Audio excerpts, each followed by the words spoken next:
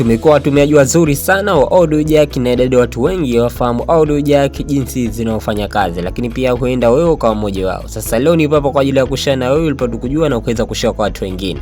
Sasa audio jack zipo za aina tatu, kuna TS, TRS na TRRA. Sasa hizi zina maana gani? TS stand for tip sleeve, TRS stand for tip ring sleeve na TRRA stand for tip ring sleeve.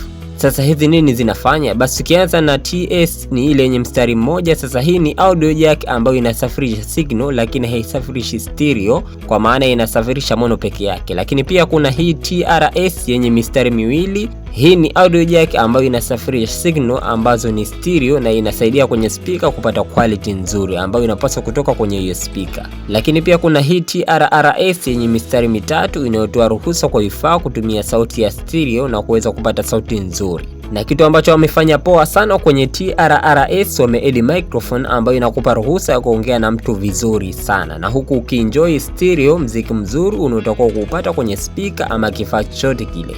Na hii TRRS ndio imekuwa maarufu kwa sasa, kila audio jack zikitoka basi zinakuja na mistari mitatu. Hivyo ndivyo audio jack jinsi zinaofanya kazi. Alamsik.